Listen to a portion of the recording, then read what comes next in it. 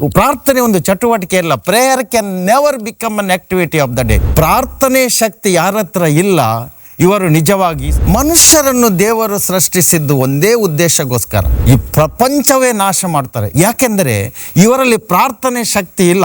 ಇದ್ರೂ ಬಹಳ ಕೆಳಮಟ್ಟದಲ್ಲಿ ಹೋಗಿದೆ. ಶ್ರೀಮಂತರ ಹೆಣ್ಣು ಮಕ್ಕಳು ಇರಲಿ, ಬಡವರ ಹೆಣ್ಣು ಮಕ್ಕಳು ಇರಲಿ, ಯಾರೇ ಇರಲಿ, ಭಕ್ತಿ ಎಂಬುದು ಬಾಯಿ ಮಾತಿಗಾಗಿದೆ. 5 ನಿಮಿಷಕ್ಕಿಂತ ಜಾಸ್ತಿ ನಮ್ಮಲ್ಲಿ ಅಳು ಬರ್ತದೆ ಅಂದರೆ ನಮ್ಮಲ್ಲಿ ನಿಜವಾಗಿ ಆರೋಗ್ಯದಿಂದ ಬಾಳುವುದು ದೇವರ ಕೃಪೆ. ಆದರೆ ರೋಗ. ಪ್ರಾರ್ಥನೆ ಅಂದರೆ ಮೊಣಕಾಲೂರಿ ಅಥವಾ ನಿಂತುಕೊಂಡು ಕಣ್ಣು ಮುಚ್ಚಿ ಕೈ ಜೋಡಿಸಿ ದೇವರ ಮುಂದೆ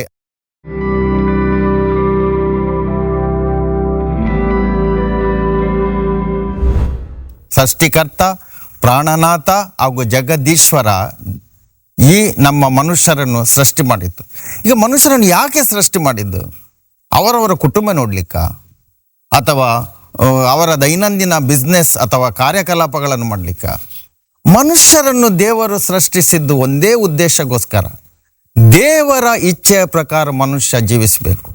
ಮನುಷ್ಯನ ಇಚ್ಛೆಯ ಪ್ರಕಾರ ಜೀವಿಸಿದರೆ ಇಲ್ಲಿ ಅಶಾಂತಿ ಆಗ್ತದೆ, ಗಲಾಟೆ ಆಗ್ತದೆ, ಸಮಸ್ಯೆಗಳು ತಂದೊಡ್ಡುತ್ತವೆ, ಕಾನೂನು ಸುವ್ಯವಸ್ಥೆ ಹದಗೆಟ್ಟುತ್ತದೆ. ದೇವರ ಇಚ್ಛೆಯ ಪ್ರಕಾರ ನಡೆದರೆ ಎಲ್ಲವೂ ದೇವರ ಆಶೀರ್ವಾದ ಆಗ್ತದೆ, ಎಲ್ಲವೂ ಮೋಕ್ಷ ಆಗ್ತದೆ, ಎಲ್ಲವೂ ಒಂದು ರೀತಿಯಲ್ಲಿ ಸಂತೈಸುವ ಸಾಂತ್ವನ ಆಗ್ತದೆ, ಎಲ್ಲವೂ ಒಂದು ವಿಮೋಚನೆ ಆಗ್ತದೆ ದೇವರ ಇಚ್ಛೆಯ ಪ್ರಕಾರ ನಡೆಯೋದು. ಆದ್ದರಿಂದ ಈ ದೇವರ ಇಚ್ಛೆಯ ಪ್ರಕಾರ ನಡೆಯೋಗೋಸ್ಕರನೇ ಮನುಷ್ಯರನ್ನು ದೇವರು ಸೃಷ್ಟಿಸಿದ್ದು. ಆದರೆ ದುರಾದೃಷ್ಟವಶಾತ್ ಮನುಷ್ಯ ತನ್ನದೇ ಇಚ್ಛೆಯ ಪ್ರಕಾರ ನಡೀತಾನೆ. ಆದ್ದರಿಂದ ದೇವರಿಗೇನು ನಷ್ಟ ಇಲ್ಲ ಇದರಲ್ಲಿ. ಮನುಷ್ಯ ತನ್ನನ್ನೇ ತಾನು ನಾಶ ಮಾಡ್ತಾನೆ. ತನ್ನ ದುರ್ಬುದ್ಧಿಯಿಂದ, ಕೆಟ್ಟ ಬುದ್ಧಿಯಿಂದ, ಅಧರ್ಮದಿಂದ ಇತರರನ್ನು ನಾಶ ಮಾಡ್ತಾನೆ. ಅದಕ್ಕಾಗಿ ದೇವರ ಇಚ್ಛೆಯ ಪ್ರಕಾರ ನಾವು ಜೀವಿಸಬೇಕಾದರೆ ನಮಗೊಂದು ಶಕ್ತಿ ಬೇಕು. ನೋಡಿ, ಈ ರಕ್ತ ಮತ್ತು ಮಾಂಸದಿಂದ ಕೂಡಿದ ದೇಹದಲ್ಲಿ, ಶರೀರದಲ್ಲಿ ಪ್ರಪ್ರಥಮವಾಗಿ ಬೇಕಾದದ್ದು ಆಮ್ಲಜನಕ, ಉಸಿರಾಡ್ಲಿಕ್ಕೆ. ಹಿಂಗೆ ಆಮ್ಲಜನಕನೇ ಇಲ್ಲದಿಲ್ಲ, ಉಸಿರಾಡುವುದು ಇಲ್ಲದಿದ್ದರೆ ಮತ್ತೆ ಎಲ್ಲ ವ್ಯರ್ಥ. ಹೇಗೆ ಆಮ್ಲಜನಕ ಈ ನಮ್ಮ ಶರೀರಕ್ಕೆ, ರಕ್ತ ಮತ್ತು ಮಾಂಸದಿಂದ ಕೂಡಿದ ಶರೀರಕ್ಕೆ ಮೊದಲನೆಯ ಆದ್ಯತೆ ಆಗಿದೆ, ಅದೇ ರೀತಿ ನಮ್ಮ ಮತ್ತು ದೇವರ ಸಂಬಂಧದಲ್ಲಿ, ಅಂದರೆ ಈ ಪ್ರಪಂಚದಲ್ಲಿ ದೇವರ ರಾಜ್ಯವನ್ನು ದೇವರ ಇಚ್ಛೆಯ ಪ್ರಕಾರ ನಾವು ಉಂಟು ಮಾಡಲು ನಮಗೆ ಇನ್ನೊಂದು ಆಕ್ಸಿಜನ್ ಬೇಕು, ಇನ್ನೊಂದು ಆಮ್ಲಜನಕ. ಆ ಆಮ್ಲಜನಕ ಪ್ರಾರ್ಥನೆ. ಎಲ್ಲರೂ ಪ್ರಾರ್ಥನಾ ಪೂರ್ವಕವಾಗಿ ನಾವು ಜೀವಿಸಬೇಕು. ಪ್ರಾರ್ಥನೆ ಅಂದರೆ ಮೊಣಕಾಲೂರಿ ಅಥವಾ ನಿಂತುಕೊಂಡು ಕಣ್ಣು ಮುಚ್ಚಿ ಕೈ ಜೋಡಿಸಿ ದೇವರ ಮುಂದೆ ನಾವು ನಿಂತುಕೊಳ್ಳುವುದು, ಅದು ಒಂದೇ ಪ್ರಾರ್ಥನೆ ಅಲ್ಲ, ಅದು ಪ್ರಾರ್ಥನೆ ಒಂದು ಅಂಶ. ಹೌದು. ಅಂದರೆ ಪ್ರಾರ್ಥನೆ ಅಂದರೆ ನಮ್ಮ ಜೀವನದಲ್ಲಿ ನಾವು ಏನು ಆಗಬೇಕು, ದೇವರ ಇಚ್ಛೆಯ ಪ್ರಕಾರ ನಾವು ಏನು ಆಗಬೇಕು, ಅದು ಪ್ರಾರ್ಥನೆ. ಆಂಗ್ಲ ಭಾಷೆಯಲ್ಲಿ ಹೇಳ್ತಾರೆ, prayer is to become what God wants you to become, not what you want to become. ಆದ್ದರಿಂದ ಪ್ರತಿಯೊಂದು ನಮ್ಮ ದೈನಂದಿನ ಜೀವನದಲ್ಲಿ ಪ್ರಾರ್ಥನೆ ಮಾಡುವುದು ಅಥವಾ ಪ್ರಾರ್ಥನೆಯನ್ನು ಹೇಳುವುದು ಅಲ್ಲ, ಪ್ರಾರ್ಥನೆ ಆಗುವುದು. ಯಾಕೆ ಪ್ರಾರ್ಥನೆ ಆಗಬೇಕಂದ್ರೆ, ನಾವು ಪ್ರಾರ್ಥನೆ ಆದರೆ ಮಾತ್ರ ನಮ್ಮದು ದಿನನಿತ್ಯದ ಎಲ್ಲ ಕೆಲಸಗಳು, ಊಟ ಮಾಡೋದು, ತಿಂಡಿ ತಿನ್ನುವುದು, ನೀರು ಕುಡಿಯುವುದು, ಮನೆ ಕೆಲಸ, ತೋಟದ ಕೆಲಸ, ಆಫೀಸಿನಲ್ಲಿ ಕೆಲಸ, ಹೊರಗಡೆ ಕೆಲಸ, ಸಮಾಜದಲ್ಲಿ ಸೇವೆ, ಬಡಬಗ್ಗರ ಸೇವೆ, ಇದೆಲ್ಲ ಪ್ರಾರ್ಥನಾ ಪೂರ್ವಕವಾಗಿ ಆಗಬೇಕು.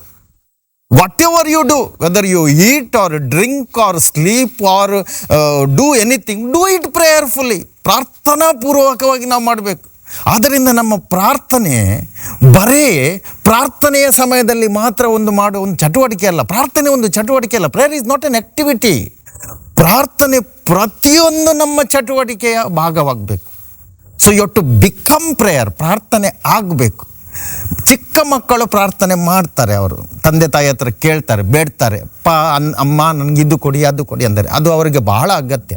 ಆದರೆ ಈ ಮಕ್ಕಳ ಒಂದು ಸ್ಟೇಜನ್ನು ನಾವು ದಾಟಿ ಮುಂದೆ ಹೋಗುವಾಗ, ಯೌವನಸ್ಥರು ಅಂದರೆ ಅಡಲ್ಟ್ಸ್ ಹೇಳ್ತಾರೆ, ನಾವು ಒಂದು ಅಡಲ್ಟ್ಹುಡ್ಡಿಗೆ ಹೋಗುವಾಗ 25, 30, 40, 50 ವರ್ಷಕ್ಕೆ ಹೋಗುವಾಗ ನಾವು ಮಕ್ಕಳಂತೆ ಮಾಡಿದರೆ ಏನು ಹೇಳ್ತಾರೆ ನಮಗೆ? ಇವನಿಗೆ ಇದಿಲ್ಲ, ಎಂಥದ್ದು ಮೆಚೂರಿಟಿ ಇಲ್ಲ ಹೇಳ್ತಾರೆ. ಅದೊಂದು ಭಾಳ ಬೇಸರದ ವಿಷಯ. ಮೆಚೂರಿಟಿ ಇಲ್ಲ ಇವನಿಗೆ ಹೇಳಿದರೆ ಅದೊಂದು ಕೇಳಲಿಕ್ಕೆ ಅಷ್ಟೊಂದು ಒಳ್ಳೆಯ ಕಾಣೋದಿಲ್ಲ. ಅದಕ್ಕಾಗಿ ನಾವು ದೊಡ್ಡವರು 25, 35, 40, 50 ವರ್ಷ ಆದವರು ನಾವು ಮಕ್ಕಳಂತೆ ವರ್ತಿಸಬಾರದು. ನಾವು ಈ ಸಂಸಾರದಲ್ಲಿ ಜವಾಬ್ದಾರಿಯುತ ಜೀವನವನ್ನು ಜೀವಿಸಬೇಕು. ಅದರಿಂದ ಪ್ರಾರ್ಥನೆ ಅಂದರೆ ಜವಾಬ್ದಾರಿಯುತ ಜೀವನ. ರಿಲಿಜಿಯನ್ ಟು ರೆಸ್ಪಾನ್ಸಿಬಿಲಿಟಿ, ಧರ್ಮದಿಂದ ಜವಾಬ್ದಾರಿ. ಅಂದರೆ ಪ್ರತಿಯೊಂದು ನಮ್ಮ ದೈನಂದಿನ ಕೆಲಸ ಪ್ರಾರ್ಥನೆಯ ಶಕ್ತಿಯಿಂದ ನಾವು ಮಾಡಬೇಕು ವಿನಃ ನಮ್ಮ ಶಕ್ತಿಯಿಂದ ಮಾಡಬಾರ್ದು.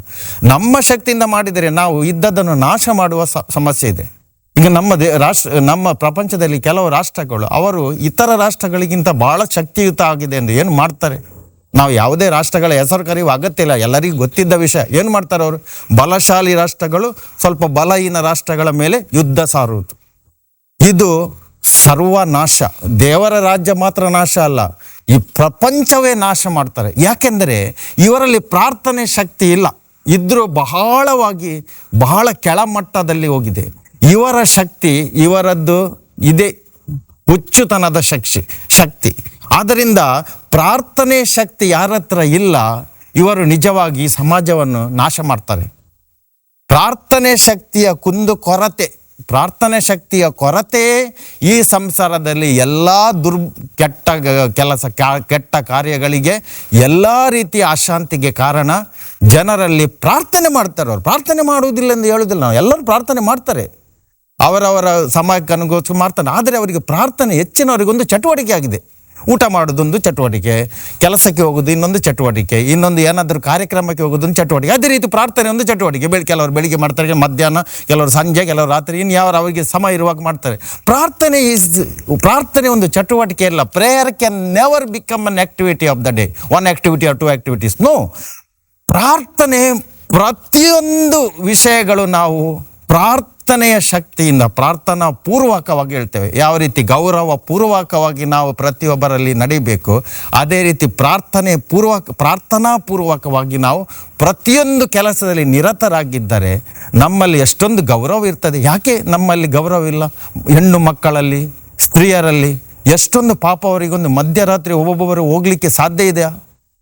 ಶ್ರೀಮಂತರ ಹೆಣ್ಣು ಮಕ್ಕಳು ಇರಲಿ, ಬಡವರ ಹೆಣ್ಣು ಮಕ್ಕಳು ಇರಲಿ, ಯಾರೇ ಇರಲಿ, ಮಧ್ಯರಾತ್ರಿ ಅಥವಾ ಕತ್ತಲಾದ ಮೇಲೆ ಒಬ್ಬರು ಒಂದು ಧೈರ್ಯ ಇದೆ, ಅವರಿಗೆ ಧೈರ್ಯ ಇರ್ಬೋದು. ಆದರೆ ಈ ಸಮಾಜದಲ್ಲಿ ಏನು ಆಗ್ತದೆ, ಏನಾಗುವುದಿಲ್ಲ. ಯಾಕೆಂದರೆ ಯಾರು ಯಾವಾಗ ಅವರ ಮೇಲೆ ಆಕ್ರಮಣ ಮಾಡ್ತಾರೆ ಗೊತ್ತಾಗುವುದಿಲ್ಲ. ಯಾಕೆಂದರೆ ಈ ಸಮಾಜದಲ್ಲಿ ಜನರಲ್ಲಿ ಪ್ರಾರ್ಥನೆ ಶಕ್ತಿ ಕಳೆದು ಹೋಗಿದೆ.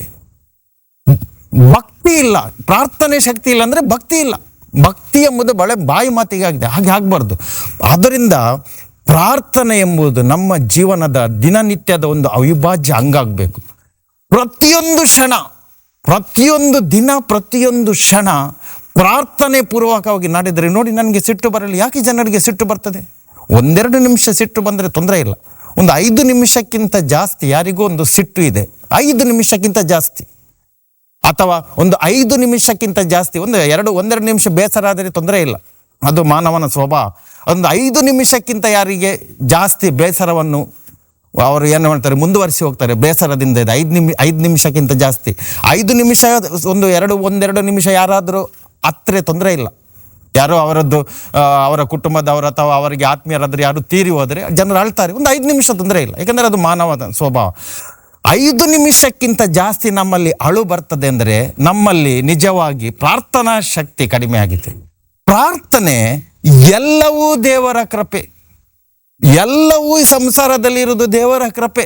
ದೇವರ ಕೃಪೆ ಹೇಳಿದ ಕೂಡಲೇ ಅದು ಸಿಹಿ ಕೃಪೆ ಆಗಬೇಕಿಲ್ಲ. ಕೆಲವು ಸಲ ದೇವರ ಕೃಪೆ ಸ್ವಲ್ಪ ಇದು ಇರ್ಬೋದು, ಕಹಿ ಇರ್ಬೋದು. ಕೆಲವು ಸಲ ಅದೊಂದು ಸ್ವಲ್ಪ ಸಪ್ಪೆ ಆಗಿ ಹುಳಿಯಾಗಿರ್ಬೋದು. ಆದರೆ ಎಲ್ಲವೂ ದೇವರ ಕೃಪೆ. ಉದಾಹರಣೆಗೆ ಹೇಳುವುದಾದರೆ ಆರೋಗ್ಯದಿಂದ ಬಾಳುವುದು ದೇವರ ಸಿಹಿ ಕೃಪೆ. ಆದರೆ ರೋಗ ಒಂದು ದೇವರ ಕಹಿ ಕೃಪೆ. ಯಾರಿಗೂ ಬೇಡ ರೋಗ, ಅದು ಕೃಪೆನೇ, ದೇವರ ಕೃಪೆ, ಕಹಿ ಕೃಪೆ. ಹಾಗೆ ನಾವು ಎಲ್ಲ ರೀತಿಯಲ್ಲಿ ಭದ್ರತೆಯಿಂದ ಇದ್ದೇವೆ, ನಮಗೆ ಎಲ್ಲ ಭದ್ರತೆ ಇದೆ, ದೇವರ ಸಿಹಿ ಕೃಪೆ. ಅದೇ ಒಂದು ಏನು ಹೇಳ್ತಾರೆ, ಆಕ್ಸಿಡೆಂಟ್, ಯಾವುದೇ ರೀತಿ ಆಕ್ಸಿಡೆಂಟ್, ಅಪಘಾತ, ಕೃಪೆ, ಇನ್ನೊಂದು ಕೃಪೆ, ಆದರೆ ಕಹಿ ಕೃಪೆ ಅದು ದೇವರದ್ದು. ಅದರಿಂದ ಎಲ್ಲವೂ ದೇವರ ಕೃಪೆ, ಪ್ರತಿಯೊಬ್ಬನು ದೇವರ ಆಶೀರ್ವಾದ. Every one is a blessing of God. Every one ಅಂದರೆ every human being is a blessing of God, whether man or woman, girl or boy, black or white, rich or poor, ಎಲ್ಲ ಮಾನವರು ದೇವರ ಆಶೀರ್ವಾದ. ಎಲ್ಲವೂ ಈ ಜೀವನದಲ್ಲಿ ದೇವರ ಒಂದು ಕೃಪೆ ಅಥವಾ ಅನುಗ್ರಹ ಎಂದು ನಾವು ಮನದಟ್ಟು ಮಾಡಿ ಜೀವಿಸಿದ್ರೆ ನಾವು ಪ್ರಾರ್ಥನೆ ಆಗ್ತೇವೆ. ನಾವು ಅದರ ಬದಲು ಇದು ನನಗೆ ಬೇಕು, ಅದು ಬೇಡ, ಇದು ಸರಿ, ಅದು ತಪ್ಪು, ಇದು ಕೇಡು, ಇದು ಒಳ್ಳೆಯದು, ಅದು ನನಗೆ ಲೈಕ್ ಇಲ್ಲ, ಇದು ನನಗೆ ಮಾತ್ರ ಲೈಕ್ ಎಂದು ಹೇಳಿ ನಾವು ದೇವರ ಕೃಪೆಯಲ್ಲಿ 2 ಭಾಗ ಮಾಡಿದರೆ ನಾವು ಅರ್ಧಕ್ಕಿಂತ ಜಾಸ್ತಿ ದೇವರ ಕೃಪೆಯನ್ನು ನಮ್ಮ ಜೀವನದಲ್ಲಿ ಕಳ್ಕೊಳ್ತೇವೆ. ದೇವರ ಕೃಪೆ ಕಳ್ಕೊಂಡ ಮೇಲೆ ನಮ್ಮಲ್ಲಿ ಪ್ರಾರ್ಥನೆ ಶಕ್ತಿ ಕಡಿಮೆ ಆಗ್ತದೆ. ಅದರಿಂದ ಪ್ರಾರ್ಥನೆ ಎಂಬುದನ್ನು ನಾವು ದೈನಂದಿನ ಜೀವನದ ಅವಿಭಾಜ್ಯ ಅಂಗ ಮಾಡಬೇಕು.